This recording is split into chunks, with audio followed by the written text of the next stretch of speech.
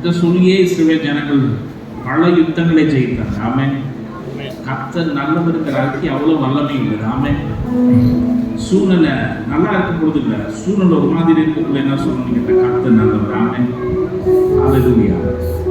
Okay, இந்த 2 நாளும் நான் உங்களோடு பேச போகிற தலைப்பு என்னவென்றால், அவரையே பின்பற்றி அவரை போல் ஆகுங்கள். ஆமென். இயேசுவையே பின்பற்றி இயேசுவை போல் ஆகுங்கள். ஆமென். இந்த 2 நாளும் என்னுடைய செய்தியின் ஆதார வசனம் என்னவென்றால், ரோமர் 8ஆம் அதிகாரம் 29ஆம் வசனம். தேவன் எவர்களை முன்குறித்தாரோ, அதாவது தம்முடைய குமாரன் அநேக சகோதரருக்குள்ளே முதற் பேரானவராய் இருக்கும் பொருட்டு தேவன் எவர்களை முன்குறித்தாரோ அவர்களை தம்முடைய குமாரன், அப்படின்னா இயேசு கிறிஸ்துடைய சாயலுக்கு ஒப்பா இருக்கும்படி முன்குறித்திருக்கிறார். ஆமென். ஹல்லேலூயா. எதற்காக உங்களை என்னை முன்குறித்திருக்கிறார்? அவருடைய குமாரன், தேவனுடைய குமாரன் யாரு? இயேசு கிறிஸ்துவின் சாயலுக்கு அவரை போல நீங்களும் நானும் ஆகுவதற்காக முன்குறித்து நம்மை அழைத்தாராம். ஆமென். நம்ம ஏன் அழைத்தார்? நம்மை முன்குறித்ததினாலே அழைத்திருக்கிறார். உலக தோற்றத்துக்கு முன்பதாகவே நீங்கள் கிறிஸ்து இயேசுக்குள்ளாக முன்குறிக்கப்பட்டு இருக்கிறீர்கள். ஆமென். அப்ப தேவனுடைய அல்டிமேட் பர்பஸ், அதாவது தேவனுடைய மிக உன்னதமான நோக்கம், தேவனுடைய திருச்சபை குறித்த நோக்கம் என்னவென்றால், நாம் ஒவ்வொருவரும் கர்த்தராகிய இயேசு கிறிஸ்துவை இந்த பூமியிலே பிரதிபலிக்கிறவர்களாய், சொல்லுங்க, பிரதிபலிக்கிறவர்களாய். ஆமென். அப்படின்னா உங்களை பார்க்கிறவங்க இயேசுவை பார்க்கணும். என்ன பார்க்கிறவங்க? இயேசுவை பார்க்கணும். சிலத்துல எப்படி பார்க்கறவங்க கிட்ட, இவங்க அந்த கோயிலுக்கு போறவங்க, அவங்க அந்த கோயிலுக்கு போறவங்க, இவங்க இந்த கோயிலுக்கு போறவங்க, இப்படித்தான் நம்மள எல்லாருக்கும் தெரியுது. ஆனா நம்மள இயேசுவை போல பார்க்க முடியாம இருக்குது. நம்முடைய பக்கத்து வீட்டுக்காரங்க நம்ம இயேசுவை போல பார்க்க முடியல. ஏன் குடும்பத்துல யாருமே நம்ம இயேசுவை போல பார்க்க முடியல. ஆனா வேதம் சொல்றது, நம்ம தேவன் எதற்காக முன்குறித்தாரோ அவருடைய குமாரனுடைய சாயலுக்கு ஒப்பா இருக்கும்படி. ரோமர் 8:28 சொல்லுகிறது, அன்றையும் அவருடைய தீர்மானத்தின்படி அழைக்கப்பட்டு அவரிடத்திலே அன்பு கூறுவதற்கு சகலமும் நன்மைக்கு ஏதுவா. ஆமென். உங்க வாழ்க்கையில அநேக காரியங்கள் நடக்கும் பொழுது நீங்க என்ன பண்ணிருங்க, அதை தப்பாவே பார்க்க ஆரம்பிச்சிட்டீங்க. நம்மளும் தப்பாவே பார்க்க ஆரம்பிச்சுட்டாங்க. வேதம் சொல்லுகிறது நன்மைக்கு ஏதுவா. எதற்கு நன்மைக்கு ஏதுவா நடக்குதுன்னு கேட்டா, அவருடைய குமாரனுடைய சாயலுக்கு நம்மை மாற்றுவதற்காக. சில நேரத்தில் நமக்கு நடக்கிற சில வேதனையான சூழ்நிலைகள், துக்கமான சூழ்நிலைகள், சில மனிதனுடைய கசப்பான வார்த்தைகள் எதற்காகனா நம்மளை கிறிஸ்துவை போல அந்த ஸ்டாண்டர்டுக்கு மாற்றுவதற்காக. ஆமென். கிறிஸ்தவனாக இருப்பது ஸ்டாண்டர்ட் அல்ல, கிறிஸ்துவாக நாம் நாளுக்கு நாள் வளருவதுதான் ஒரு கிறிஸ்தவனுடைய ஸ்டாண்டர்ட். ஆமென். இன்னைக்கு ஒரு கிறிஸ்தவனுடைய ஸ்டாண்டர்ட் கிறிஸ்டியன் லெவலுக்கு நம்ம மாற போகிறோம். ஆமென். கர்த்தர் நம்ம ஓரளவு கொண்டு வந்திருக்கிறார். என்னை நானும் வளர்ந்துட்டேன்னு சொல்லல, நம்ம எல்லாரும் வளர்ந்துக்கிட்டு இருக்கிறோம். எப்படி? இயேசுவை போல மாறுவதற்காக. ஆமென். அல்லேலூயா. நம்முடைய சுபாவத்திலே இயேசுவை நாம் காட்டுவதற்காக. எபேசியர் 4ஆம் அதிகாரம் 11ஆம் வசனம் இப்படி சொல்கிறது, மேலும் நாம் அனைவரும் கிறிஸ்து இயேசுவை பற்றி விசுவாசத்திலும் ஒருமைப்பட்டவர்களாகி கிறிஸ்துவின் நிறைவான வளர்ச்சிக்கு தக்கதாக. எந்த வளர்ச்சிக்கு தக்கதாக? கிறிஸ்துவின் நிறைவான வளர்ச்சிக்கு தக்கதாக, பூரண புருஷராக வரைக்கும். ஆமென். அதுல அடுத்த வசனத்தை 13வது வசனத்தை பார்த்தீங்கன்னா, அவர் சிலரை அப்போஸ்தலராகவும் தீர்க்கதரிசிகளாகவும் போதகராகவும் மெய்ப்பராகவும் சுவிசேஷகராகவும் ஏற்படுத்தினார். எதற்கு? நாம் அனைவரும் கிறிஸ்துவின் நிறைவான வளர்ச்சிக்கு தக்கதாக, பூரண புருஷன். அப்படின்னா அவருடைய அளவுக்கு சபை வளரும்படியாக. எதற்கு கர்த்தர் நமக்கு சபை கொடுத்திருக்கிறார்? குருவானவரை கொடுத்திருக்கிறார், ஊழியர்களை, அவருடைய வார்த்தையை போதிக்கிறவர்களை, நமக்கு கடவுளை பற்றி சொல்லிக் கொடுத்தவர்களை ஏன் கொடுத்திருக்கிறார் என்றால், ஏதோ புராண கதை கேட்கறதுக்காக அல்ல, அதை கேட்டு நம்முடைய வாழ்க்கையிலே நாம் அபியாசப்படுத்தி நாம் இயேசுவை போல இந்த உலகத்திலே வாழ்வதற்காக. ஆமென். பக்கத்துல பார்த்து சொல்லுங்க, இயேசுவை போல வாழ்வதற்காக. ஆமென். ஹalleluya. எனக்கு கிறிஸ்தவம் வளர்ந்திருக்கு, ஆனா கிறிஸ்து வளராதனால தான் ஒரு லெவல்ல இன்னைக்கு சபையெல்லாம் இருக்குது. ஆமென். உங்களை என்னை பார்த்த எந்த சபைக்கு போறீங்கன்னு சொல்றதை பார்க்கணும். பார்த்தோன்னு சொன்னீங்க கிறிஸ்தவன் இவனுக்குள்ளே இயேசு இருக்கிறார் என்பதை சொல்ல வேண்டும். ஆமென். ஹalleluya. அப்ப பேதுரு 1 பேதுரு 2ஆம் அதிகாரம் 18 19 20 21 22 யாராவது வாசிங்க. வேலைக்காரரே, அதிக பயத்துடனே உங்கள் எஜமான்களுக்கு கீழ்ப்படிந்திருங்கள். நல்லவர்களுக்கும் சார்ந்த குணம் உள்ளவர்களுக்கும் மாத்திரமல்ல, முரட்டு குணமுள்ளவர்களுக்கும் கீழ்ப்படிந்திருங்கள்.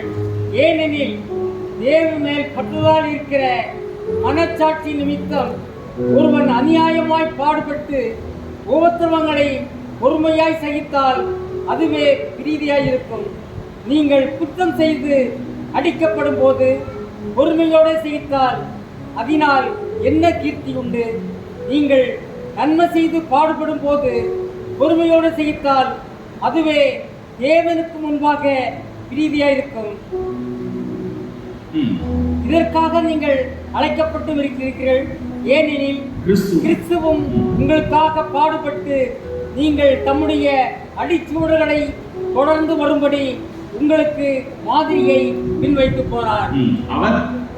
அவர் பாவம் செய்யவில்லை, அவருடைய வாயிலே வஞ்சனை காணப்படவும் இல்லை.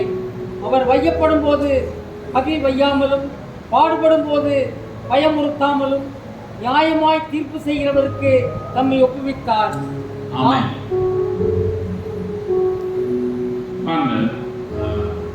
கடைசி வசனம் சொல்லுகிறது, கிறிஸ்து நமக்காக பாடுபட்டு நாம் தம்முடைய அடிச்சுவடுகளை பின்பற்றி வரும்படி மாதிரியை வைத்து போயிருக்கிறார்.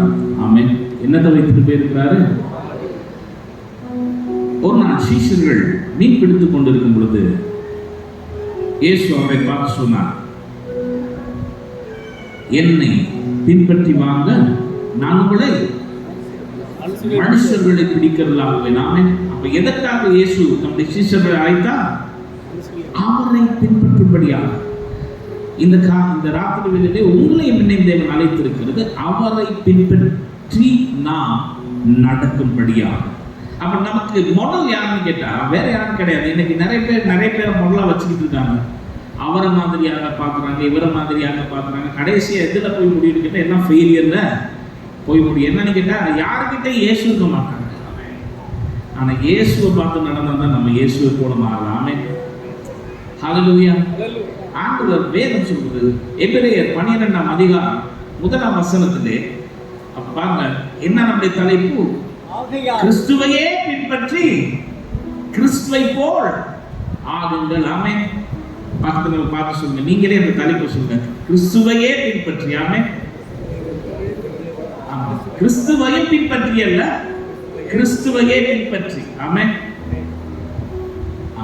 பக்கத்துல கொஞ்சம் சொல்லுங்க, கிறிஸ்துவையும் அல்ல, கிறிஸ்துவையே, இயேசுவையே. ஆமென். இன்னைக்கு நிறைய இடத்துல நம்ம இயேசுவையும் பின்பற்றுறோம், இயேசுவையே பின்பற்றுறது இல்லை. என்ன கேட்டா அதனாலதான் நமக்கு வந்து சில நேரத்துல அவரை போல வாழ முடியல, அவரை போல சகித்து கொள்ள முடியல, அவரை போல பொறுத்து கொள்ள முடியல, அவரை போல அன்பு காட்ட முடியல, அவரை போல மன்னிக்க முடியல. நாம் அவரை போல வாழ்வதற்காக கிறிஸ்தவ வாழ்க்கையில எத்தனை வருஷம் கிறிஸ்தவனா இருக்கோங்கிறது இல்ல கதை, எந்த அளவுக்கு கிறிஸ்துவை போல நாம் மாறி இருக்கிறோம் என்பதே கதை. ஆமென். ஹல்லேலூயா.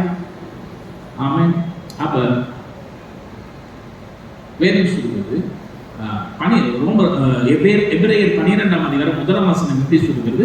மேகம் போன்ற இத்தனை திரளான சாட்சிகள் நம்மை சூழ்ந்து நிற்க நம்மை நெருக்குகிற பாவத்தை பாரத்தை உதறி தள்ளிவிட்டு விசுவாசத்தை துவக்குகிறவரும் முடிக்கிறவருமாய் இருக்கிறார். இயேசுவையே சொல்லுங்க, இயேசுவையே. ஆமென். திரும்ப வசனம் என்ன சொல்லுது? இயேசுவையே.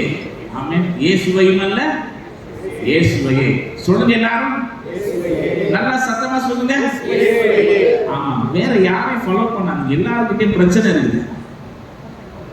எல்லாருக்கிட்டையும் குறைகள் இருக்கிறது. ஆனால் குறைவற்றவராகவும் பரிபூர்ணமானவராகவும் நிறைவுள்ளவராகவும் ஒருவரை வேதம் நமக்கு காட்டிக் கொடுத்திருக்கிறது. அதுதான் இயேசு. ஆமென். அப்போஸ்தலன் பவுல் இப்படி சொல்கிறார், நான் கிறிஸ்துவை பின்பற்றுகிறது போல நீங்கள் என்னை பின்பற்றுங்கள். எப்படி பின்பற்றலாம்? அவர் சொல்ற, நான் இயேசுவை பின்பற்றினேன், அதை பின்பற்றினாமே. அவரை பின்பற்ற சொல்லல, நான் கிறிஸ்துவை பின்பற்றுகிறது போல நீங்கள். அப்ப இயேசுவை பின்பற்றி நீங்களும் நானும் இயேசுவை பின்பற்றும் பொழுது இந்த உலகம் எங்களை பார்த்து இயேசுவை பின்பற்ற ஆரம்பிக்கும். ஆமென். இன்னைக்கு நம்ம நிறைய நேரத்துல உலகத்துக்கு இயேசு பத்தி சொல்றதுக்கு ரெடியா இருக்கிறோம், ஆனா இயேசுவை காட்டுறதுக்கு யாரால முடியாம இருக்குது. ஆனா இயேசு உங்களை என்னை சேர்த்து தான் நான் சொல்றேன், என்னை மறைத்திருக்கிறது சொல்லுவதற்காக மாத்திரமல்ல, அவரை காட்டுவதற்காக. ஆமென். எப்படி காட்ட முடியும் பாருங்க, இந்த உலகத்துல எல்லாமே லாஜிக் இருக்கு. என்ன அடிச்சா நானும் எனக்கு நன்மை செய்தா நான், இது உலகத்துல இருக்கிற பழக்க வழக்கங்கள், உலகத்துல இருக்கிற முறைமை. ஆமென். உலகத்தின் முறைமை அதுதான். நீ செய்தா நான் செய்வேன், நீ என் மேல அன்பா இருந்தா நான் உன் மேல அன்பா இருப்பேன், நீ என்ன பகைச்சா நான் என்ன பகைப்பேன். ஆனா கிறிஸ்தவ வாழ்க்கை அதோட கம்பேர் பண்ண முடியாது. ஏன் சொல்கிறான், நான் இந்த உலகத்திலிருந்து உங்களை வேறு பிரித்திருக்கிறேன் என்று சொல்லுகிறான். இந்த உலகத்திலிருந்து நான் உங்களை தெரிந்து கொண்டபடியாக என்று சொல்லுகிறான். அப்படின்னா இந்த உலகத்தின் சிஸ்டம், இந்த உலகத்தின் முறைமைப்படி நானும் நீங்களும் வாழ முடியாது. என்னுடைய வாழ்க்கையின் முறை என்னன்னு கேட்டா இயேசு. ஆமென். கிறிஸ்தவனுடைய வாழ்க்கையின் மாடல் புக் யாருன்னு கேட்டா இயேசு. ஆமென். அப்ப ஜீசஸை பின்பற்றுவதற்காக கர்த்தர் தம்முடைய திருச்சபை அழைத்திருக்கிறார். அவரை போல வாழ்வதற்காக, அவரை போலவே நீங்கள் இந்த பூமியில வாழ்வதற்காக. ஆமென். அப்ப அவரை போல வாழும் பொழுது சில நேரத்துல நம்ம சகிக்கிறவங்களா இருக்கணும். ஏசுன்னா, உங்களுக்கு நன்மை செய்கிறவர்களை நீங்க நன்மை செய்வதனால் என்ன? பாவிகளும் தங்களுக்கு திரும்ப செய்வார்கள் என்று செய்கிறார்களே. நீங்க எத்தனை பேர் மற்றவங்களுக்கு நன்மை செய்யும்போது திரும்ப நன்மை எதிர்பார்த்து செஞ்சிருக்கீங்க? இல்ல, அவங்க நமக்கு செய்யறாங்களோ இல்லையோ, நம்ம தொடர்ந்து செய்வோம்னு அந்த எண்ணத்துல எத்தனை பேர் செய்யறோம்? அப்படி நீங்க செய்யாது. என்னென்னது, இயேசுவை போல நீங்கள் வாழ விரும்புகிற ஒரு மனிதனா இருந்தால், ஒரு தேவனுடைய பிள்ளையா இருந்தால், உங்களுக்கு தீமை செய்கிறதுக்கு நன்மை செய்கிறாய் எல்லாமே. அல்லேலூயா. இப்ப விசுவாசங்கிறது நிறைய பேர் என்ன நினைச்சிட்டு இருக்காங்க, வாயிலே பேசிக்கிட்டு இருக்கிறதுன்னு. விசுவாசம், வேதம் சொல்றது, கிரி இல்லாத விசுவாசம் செத்தது. அப்ப என்ன கிரியை நாம் செய்ய வேண்டும்? இயேசு செய்த கிரியைகளை நாமும் செய்ய வேண்டும். வேதம் சொல்கிறது, என்னை விசுவாசிக்கிறவன் நான் செய்த கிரியைகளை தானும் சொல்ல, அதை காட்டிலும் பெரிய காரியங்கள். அப்ப இதுல என்னத்தை மாத்திரம் நம்ம சபை எடுத்துட்டுன்னு கேட்டா, செத்தவனை உயிர்ப்பிக்கிறது, வியாதியஸ்தரை சுகப்படுத்துறது, அற்புத அடையாளங்கள் செய்கிறது, இந்த 3 இதை மாத்திரம் நம்ம எடுத்துக்கிட்டோம். ஆனா இயேசு சொன்னார், நான் வேதம் சொல்றது, அவன் நமக்கு மாதிரி வைத்துட்டு போனார். எதை வைத்துட்டு போனார்? அதுதான் பேதுரு 1 பேதுரு 2ஆம் அதிகாரம் 19 வாசிக்க போகிறோம். ஏனெனில் தேவன் மீது பற்றுதலாய் இருக்கிறார். எத்தனை பேர் இந்த ராத்திரில சொல்றீங்க, நான் தேவனை நேசிக்கிறேன்? எத்தனை பேர் ஆண்டவரை நேசிக்கிறீங்க? எத்தனை பேர் உங்கள் கர்த்தராகிய உங்களுக்காக ஜீவனை கொடுத்த இயேசுவை நேசிக்கிறீர்கள்? இந்த தேவனுக்காக வாழ எத்தனை பேர் விரும்புறீங்க? கிறிஸ்தவரை வாழ்றதை பற்றி சொல்லல. கிறிஸ்தவர உலகத்துல நிறைய பேர் வாழ்றாங்க, ஆனா கிறிஸ்துவை போல வாழ்றதுக்கு தான் ஆக்கள் இருக்கு. பவர் மினிஸ்ட்ரி இருக்கு, டவர் மினிஸ்ட்ரி இருக்கு, எல்லாம் இருக்கு. ஆனா be like Jesus பார்க்க ரொம்ப கஷ்டமா இருக்கு. ஒரு பழைய பாடல்,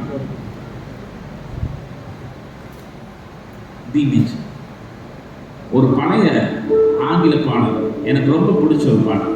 To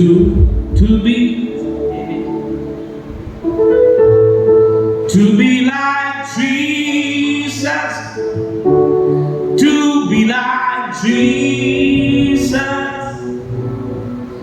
all I have like him. இயேசுவை போல் ஆவதே என்னுடைய வாஞ்சை. ஆமென். எத்தனை பேருக்கு இந்த நாட்கள் நிறைய காரியங்கள் உங்களோட பேசலாம். இன்னைக்கு நிறைய காரியங்களை பேசுறாங்க, நிறைய பிரசங்கள் நமக்கு இருக்கிறது, நிறைய போதனைகள் இருக்கிறது, நிறைய காரியங்கள் இருக்கிறது. ஆனால் இந்த காலங்களிலே தேவன் என்னுடைய உள்ளத்திலே போட்டதை நான் அநேகரோடு பகிர்ந்து வருகிறேன். இயேசுவை போல ஆகுங்கள். ஆமென். அல்லேலூயா.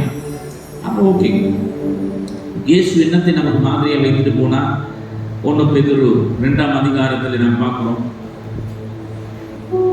அவர் நமக்காக பாடுபட்டு தம்முடைய அடிச்சுவடுகளை நாம் பின்தொடர்ந்து வரும்படி. ஆமென். அப்ப என்னத்தை வச்சுட்டு போயிருக்கிறாரு? நமக்காக அவர் பாடுபட்டு நாம் அவருடைய அடிச்சுவடுகளை, யாருடைய அடிச்சுவடுகளை பின்பற்ற வேண்டும்? இயேசுவே. ஓகே. அப்ப 19வது வசனம் சொல்லுகிறது, தேவன் பேரில் பற்றுதலாய் இருக்கிற மனசாட்சி இருக்க ஒருவன் அநியாயமாய் துன்பப்பட்டு பாடுகளை பொறுமையோடு சகித்தார். ஆமென். இது அக்செப்ட் பண்ண முடியாத ஒரு விஷயம். அநியாயமா யாருமே பாடுபட விருப்பம் இல்லை, அது பாடுபட முடியாத லாஜிக்கே கிடையாது.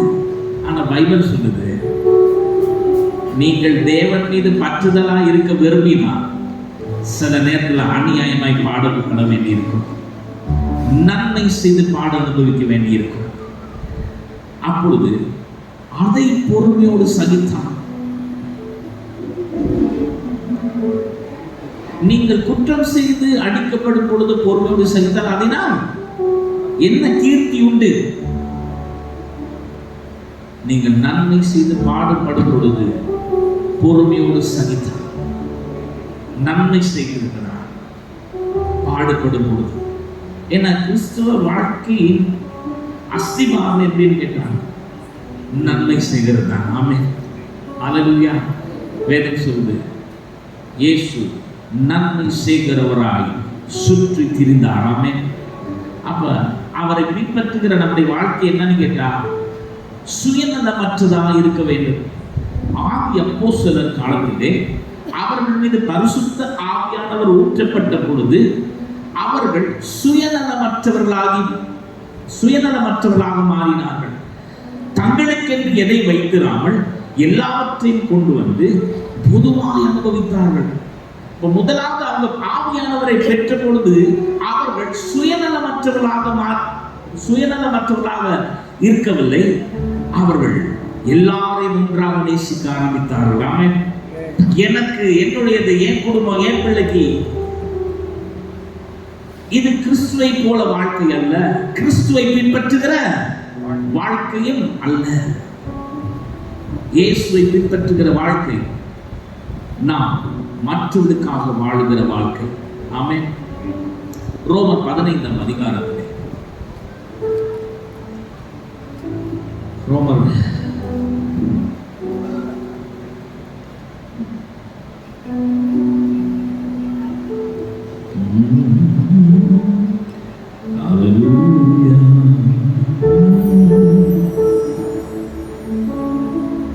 உமக்காகவே நான் வாழ்கிறேன், வணைந்திடும் உம் சித்தம்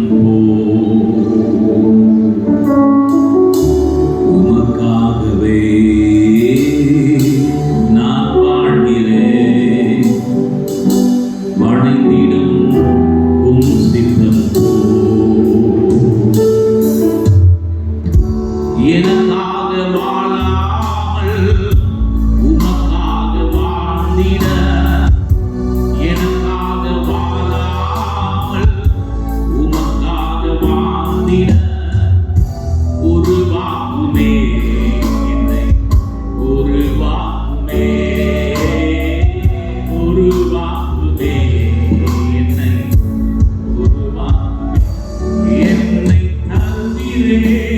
தருகிறே உங்கரத்தில் என்னை படைக்கிறேன், என்னை தருகிறே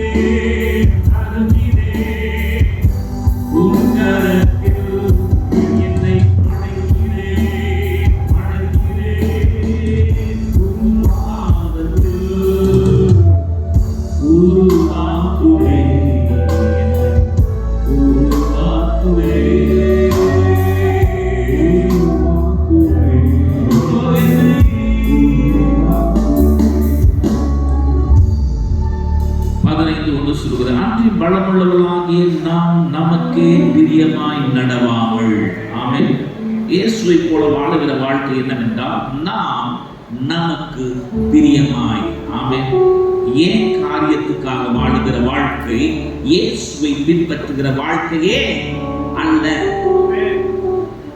அது ஒரு என்ன சொல்லுகிறது, ஒரு மத ரீதியான வாழ்க்கையாக இருக்கலாம். ஆனால் கிறிஸ்துவை பின்பற்றுகிற வாழ்க்கையாக இருக்க முடியாது. ஏன்னா வேதம் நமக்கு கற்றுக் கொடுக்கிற இயேசு கிறிஸ்துவின் வாழ்க்கை அப்படிப்பட்டது அல்ல. ஆமென். கர்த்தர் திருச்சபையாய் உங்களை என்னையும் அழைத்திருக்கிறது. இந்த உலகம் அவருடைய அன்பை எனக்குள்ளாக காணும்படியாக. இந்த உலகம் பைபிள் வாசிக்காது. இந்த உலகத்தில் உள்ளவங்களுக்கு பைபிள் தெரியாது, சில பேருக்கு இயேசுவே தெரியாது. ஆனா உங்களுக்குள்ளே அவர் இருக்கிறார். உங்கள் கிரியின் மூலமாக அவரை நீங்கள் வெளிப்படுத்த முடியும். உங்க குடும்பத்தில் இயேசுவை பின்பற்றாத யாராவது இருக்கலாம். அவங்க உங்களை பார்த்து இயேசுவை பின்பற்றுவதாக மாற வேண்டும். ஆமென். அப்ப வேதம் சொல்கிறது, அன்றியும் பலம் உள்ளவர்களாகிய நாம். அப்படின்னா ஜெபிக்கிற நீங்க, அந்நிய பாஷை பேசுற நீங்க, வசனத்துல உறுதியா இருக்கிற நீங்க, சபையில நல்ல உற்சாகமா இருக்கிற நீங்க, உங்களுக்கே பிரியமாய் நடவாமல் என்ன செய்யுமா? நடவாமல் பலவீனருடைய பலவீனங்களை தாங்க வேண்டும். அப்படின்னா ஒருத்தருடைய குறையை சுற்றி காட்டுவதற்கு பதிலாக அவனை தூக்குகிறவர்களாக, அவனை தாங்குகிறவர்களாக, அவனுக்கு உதவி செய்கிறவர்களாக நான் நீங்களும் மாற வேண்டுமா? ஆனால் நம்ம என்ன பண்றோம்? யாராவது ஒரு தப்பு பண்ணிட்டா அவனை காட்டி கொடுக்கறதுலயே புரியாது. வந்து சொல்லு, சிலத்துல மற்றவர்களை குறித்து நான் நல்லா சொல்லணும் இல்லையோ குறை டக்குன்னு சொல்லிடுவோம் பாருங்க. என்னன்னா இதுதான் நம்முடைய நேச்சர், இதுதான் மனுஷனுடைய நேச்சர். விழுந்து போன ஆதாமுடைய நேச்சர் என்னன்னு கேட்டா மற்றவனை குற்றப்படுத்துகிறது. நம்ம மனுஷங்க அப்படித்தான் செய்யும். அதனாலதான் நமக்குள்ளே கிறிஸ்து வளர வேண்டும். கிறிஸ்து நமக்குள்ளே பெருக வேண்டுமானால் அவருடைய வார்த்தையை நாம் கேட்டு போகக்கூடாது. அவருடைய வார்த்தையிலே நாம் நடக்க பழக வேண்டும். நீங்கள் கிறிஸ்து இயேசுவை ஏற்றுக்கொண்டபடியே அவர்கள் கட்டப்பட்டவர்களாய் அவருக்குள்ளே நடந்து கொள்ளுங்கள் என்று அவருடைய வார்த்தை சொல்லுகிறது. அப்ப பலமுள்ளவர்களாகிய நாம் நமக்கே பிரியமாய் நடவாமல், நான் நீதிமான், நான் பரிசுத்தவான், நான் நல்லவன் அப்படின்னு நடக்காம, நீங்கள் பரிசுத்தம் இல்லாத ஒரு மனிதனை, சில நேரத்திலே பரிசுத்தமாய் வாழ முடியாமல் விழுந்து போயிருக்கிற ஒரு மனிதனை குற்றப்படுத்தி அவனை குற்றப்படுத்துவதை பார்க்கணும். இல்லை என்றால் சபைக்கு ஒழுங்கா வராதவங்களை பார்த்து அவங்களை குற்றப்படுத்த பார்க்கணும். அவங்களை போய் தைரியப்படுத்தி உற்சாகப்படுத்தி திரும்ப சபைக்கு கொண்டு வரீங்க பாருங்க, அதுதான் பலம். ஆமென். அல்லேலூயா. பலமுள்ளவராகிய நாம் நமக்கே பிரியமாய் நடவாமல் பலவீனருடைய பலவீனங்களை தாங்க வேண்டுமா? ஏனெனில் ஆமென், நம்மில் ஒவ்வொருவரும் பிறருடைய பக்தி விருத்திக்கு ஏதுவான நன்மை உண்டாகும்படி அவனுக்கு பிரியும். ஆமென். ஹalleluya. அப்ப கிறிஸ்தவ வாழ்க்கை என்னன்னு கேட்டா இன்னொருவருக்கு பிரியமாக நான் நடந்து கொள்ள, அதாவது இன்னொருவருடைய பக்தி விருத்திக்காக, இன்னொருவருடைய வாழ்வுக்காக, இன்னொருவருடைய உயர்வுக்காக, இன்னொருவருடைய மேன்மைக்காக, இன்னொருடைய தாளத்தை முன்பாதாக கொண்டு வருவதற்காக, இன்னொருவரை கட்டி எழுப்புவதற்காக. இயேசு சொன்னார், நீங்கள் ஒருவரில் ஒருவர் அன்பாக இருப்பதை பார்த்து உலகம் என்னை அறிந்து கொள்ளும். ஆமென். இயேசுடைய சீஷர்களை பார்த்து சொன்னாரு, நீங்க ஒருத்தரில் ஒருத்தர் அன்பாக இருக்கிறது. ஆமென். கிறிஸ்தவ வாழ்க்கை என்பது நாம் ஒருவரை ஒருவர் நேசிக்கிற, ஒருவரோடு ஒருவர் தேவனுடைய அன்பை பகிர்ந்து கொள்ளுகிற வாழ்க்கை. ஆமென். கர்த்தர் இந்த திருச்சபையிலே உங்களை அதற்காக தான் வைத்திருக்கிறார், என்னை அதற்காக தான் வைத்திருக்கிறார். ஏதோ ஞாயிற்றுக்கிழமை கோயிலுக்கு வந்துட்டு போறதுக்காக இல்ல, கிறிஸ்துவை நம்ம லைஃப்ல பிராக்டிஸ் பண்ற இடம் திருச்சபை. ஆமென். கிறிஸ்துவின் சுபாவத்தை நாம் பிராக்டிஸ் பண்ணுகிற இடம் தான் கர்த்தருடைய திருச்சபை. அவரை பின்பற்றுகிற வாழ்க்கையை பிராக்டிஸ் பண்ற இடம் தான் நம்முடைய திருச்சபை ஆகிய குடும்பம். ஆமென். நம்மில் ஒவ்வொருவனும் பிறருடைய பக்தி விருத்திக்கு ஏதுவான நன்மை உண்டாகும்படி அவனுக்கு பிரியமாய் நடக்க கடவான். ஏனென்றால் கிறிஸ்துவும், அவன் ஏன் அப்படி நடக்கணும்னு கேட்ட, கிறிஸ்துவும் தமக்கே பிரியமாய் நடவாமல் உம்மை நிந்திக்கிறவருடைய நிந்தனை என்னை விழுந்தது என்று எழுதியிருக்கிறபடியே நடந்தார். ஆமென். இப்ப இயேசு எப்படி நடந்து கொண்டாரோ அப்படி நாமும் நடந்து கொள்ள வேண்டும். ஆமென். ஹல்லேலூயா. ஆகவேதான் அவரை நம்ம பார்த்துட்டு நடந்து அவரை போல நடக்கலாம். சில நேரத்தில் நம்ம அவரை பார்த்தாலும் பின்னுக்கும் திரும்பி திரும்பி பார்க்கணும். அந்த லோத்துடைய மனைவி பாருங்க. லோத்துடைய மனைவி அங்க தேவதூதர் அவங்க கையை பிடிச்சி வெளியே கொண்டு வந்தாலும் அவளுக்கு இந்த பழைய காரியத்தை விட்டுட்டு வர மனசு. சபைக்கு வர்றோம், வசனத்தை கேட்கிறோம், ஆனா வசனத்தை முழுமையாக கை கொள்ள மனதில்லை. திரும்ப பழைய பிரச்சனை, பழைய கோபம், பழைய கசப்பு, பழைய இருமாப்பு, பழைய வேற்றுமை, அது நம்மள இருக்குது. நம்மளை தாழ்மையாக இயேசுவை போல அந்த தாழ்மையாய் நடந்து கொள்ள விடுதில்லை. அதனால நம்ம இப்ப யாரை நோக்கி பார்க்கணும்? பழைய கசப்பை நோக்கி பார்க்காங்க. யாருக்குள்ள மன கசந்து போக சில வேளை யாருடனாவது உங்களுக்கு ஒரு மன கசப்பு, யாராவது உங்கள் இருதயத்தை காயப்படும்படி உங்களோடு பேசியிருந்தால், உங்களுக்கு வார்த்தையினாலே உங்களை காயப்படுத்தி இருந்தால், அதையே பின்னோக்கி பார்த்து கொண்டு இருக்காதீங்க. அது உங்களை பின்வாங்க செய்யும். அதற்கு பதிலாக விசுவாசத்தை துவங்குகிறவரும் முடிக்கிறவராக இருக்கிற இயேசுவை, ஆமென், பாரமான யாவற்றையும் உதறி தள்ளுங்க.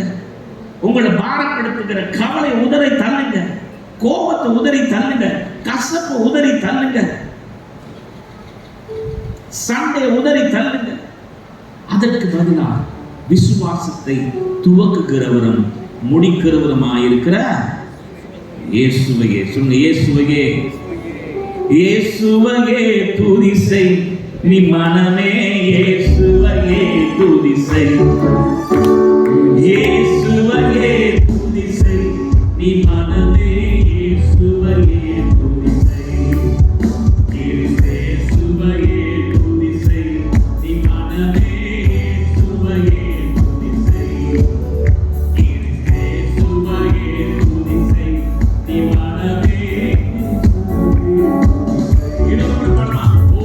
இயேசுவையே துதி செய் நீ மனமே, இயேசுவையே துதி செய், ஓ இயேசுவையே துதி செய் நீ மனமே, இயேசுவையே துதி செய், இயேசுவையே துதி செய் நீ மனமே, இயேசுவையே துதி செய்.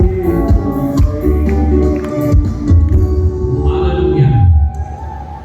பாருங்க, பாடுறது மாத்திரம் துதிக்கிற வாழ்க்கை இல்லை.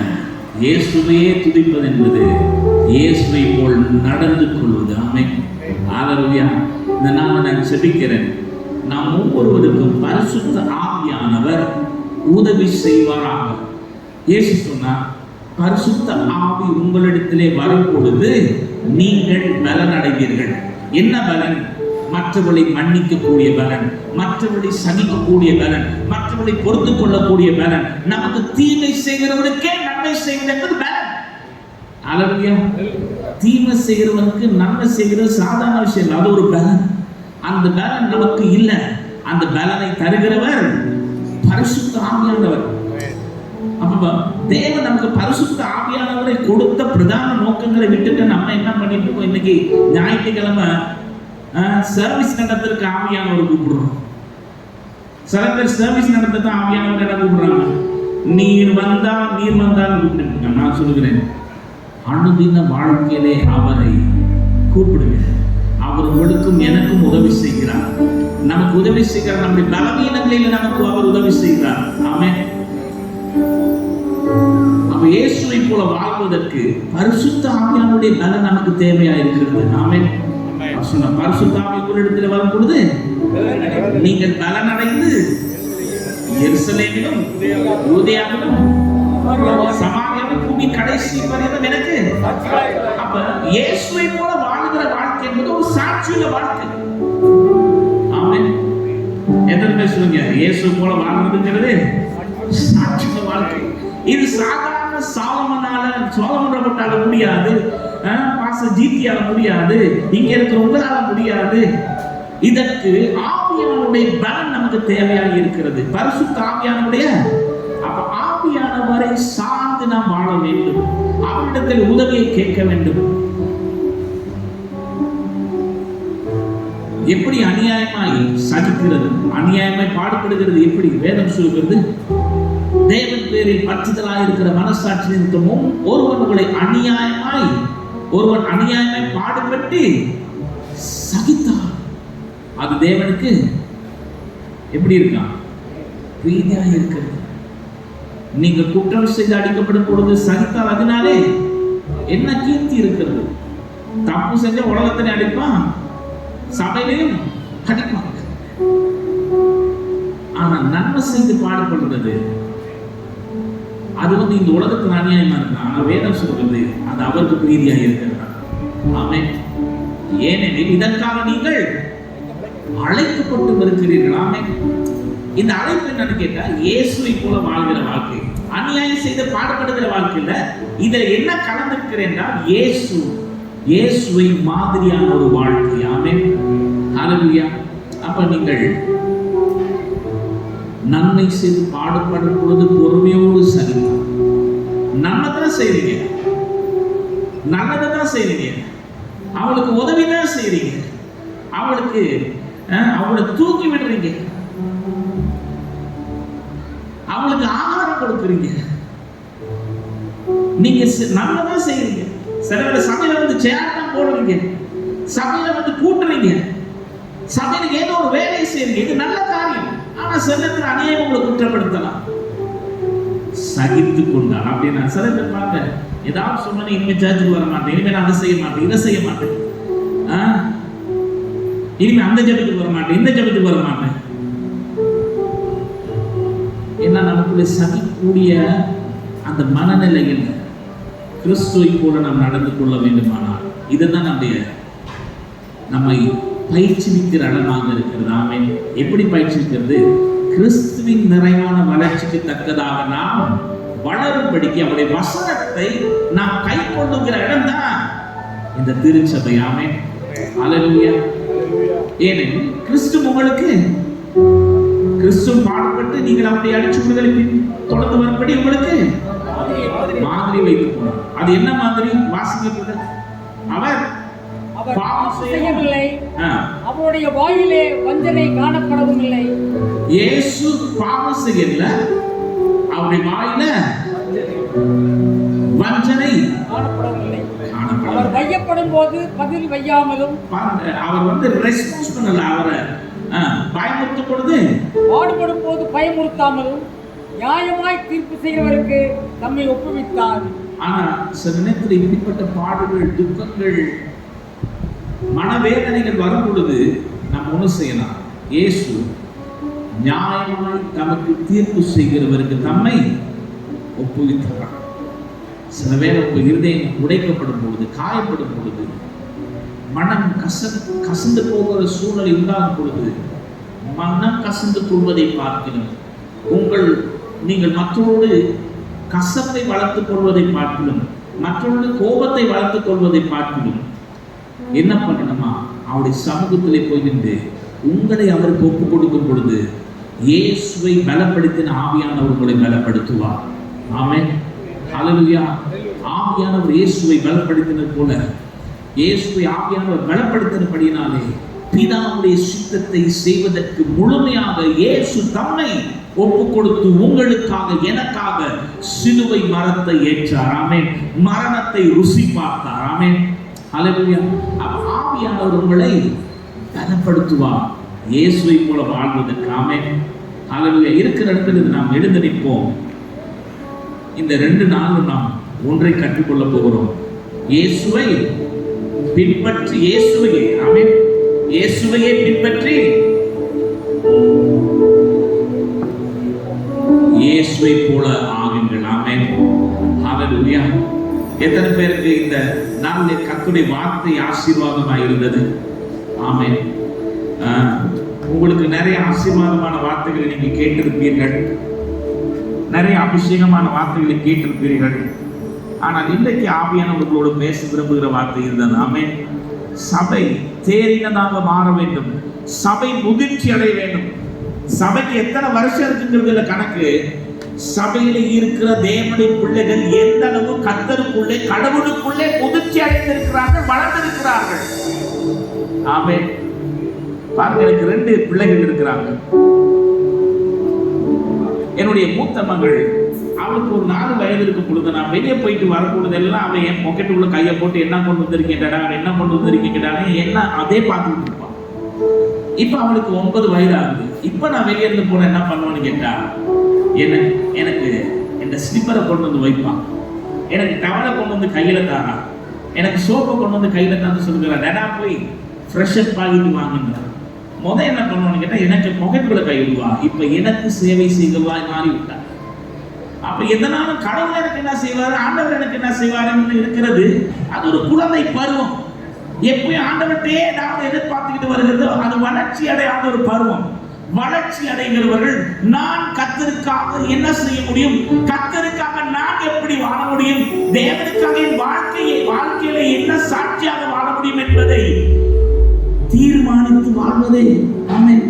கர்த்தருடைய ஆவியானவர் இந்த திருச்சபையிலே உங்களை கர்த்தருக்களாக கனி கொடுக்கிறவர்களாக மாற்றுவாராக என்று சொல்லி கர்த்தராகிய இயேசுவின் நாமத்தினால் நீங்கள் ஒவ்வொருவரை பார்த்து நான் வாழ்த்துகிறேன், ஜெபிக்கிறேன். ஆமென். நீங்கள் ஒவ்வொருவரும் கனி கொடுக்கும்படியாக தேவன் உங்களை அழைத்திருக்கிறார்.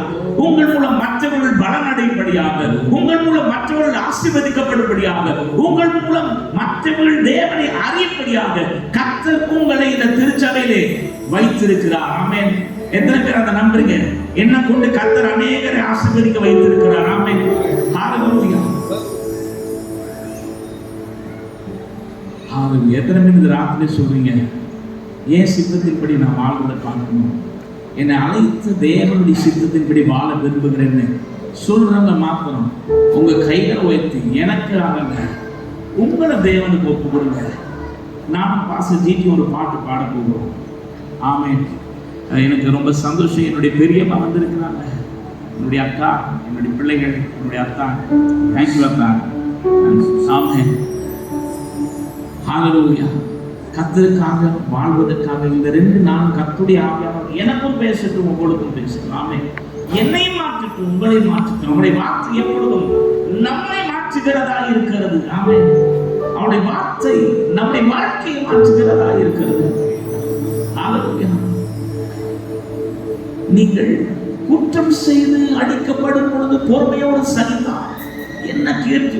நன்மை செய்து பாடுபடும் பொழுது பொறுமையோடு சகித்தார், அது தேவனுக்கு பிரீதியா இருக்கிறது. ஏனென்றால் நன்மை செய்து பாடுபடும் பொழுது சகிக்கிறவன் இயேசுவையே காட்டுகிறான், இயேசுவையே தன்னிலிருந்து வெளிப்படுத்துகிறான். ஹalleluya. நான் என் பிள்ளைகளுக்கு முன்பதாக இயேசுவை காட்ட விரும்புகிறேன்.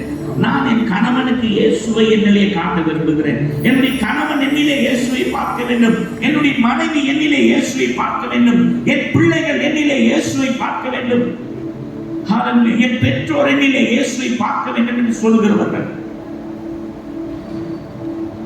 உங்களுக்குள்ளே அப்படிப்பட்ட ஒரு அர்ப்பணிப்பு, விருப்பம், தாகம் இருந்தால் உங்க கைகளை வைத்து, உங்களுக்காக நாங்கள் தனியா ஜெபிக்க மாட்டோம், உங்க அர்ப்பணிப்புக்கு ஆவியானவரை உதவி செய்வாராக.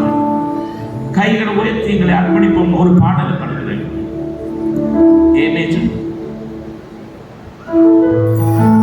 உமக்காகவே நான் வாழ்கிறேன், வணைந்திடும் உம் சித்தம்.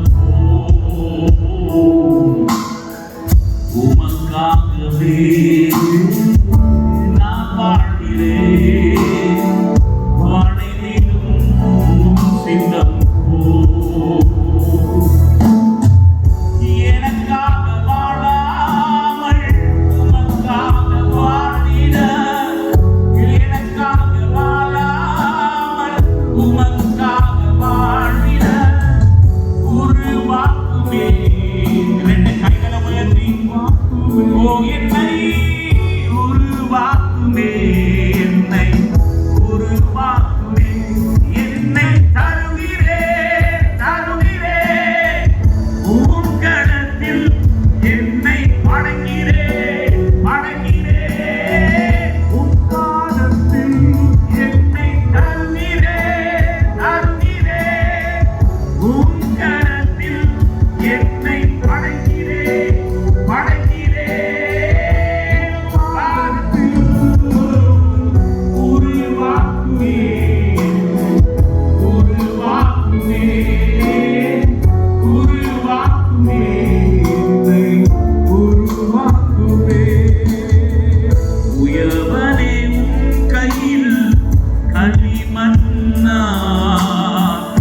உடைத்து உருவாக்கும்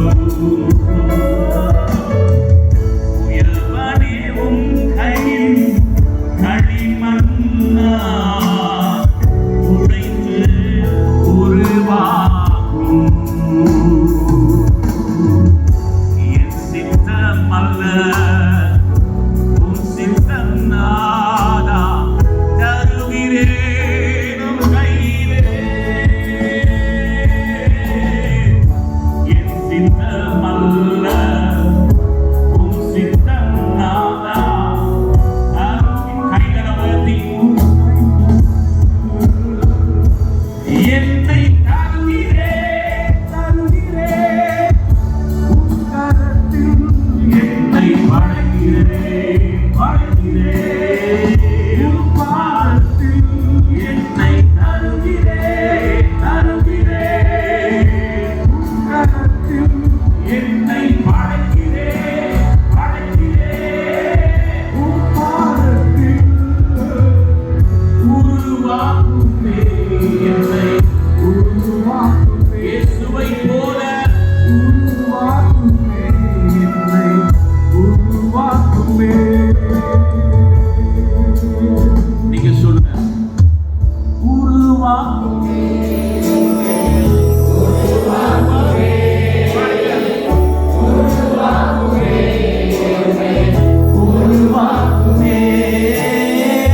உருவாக்குமே என்னை உருவாக்குமே உருவாக்குமே என்னை உருவாக்குமே.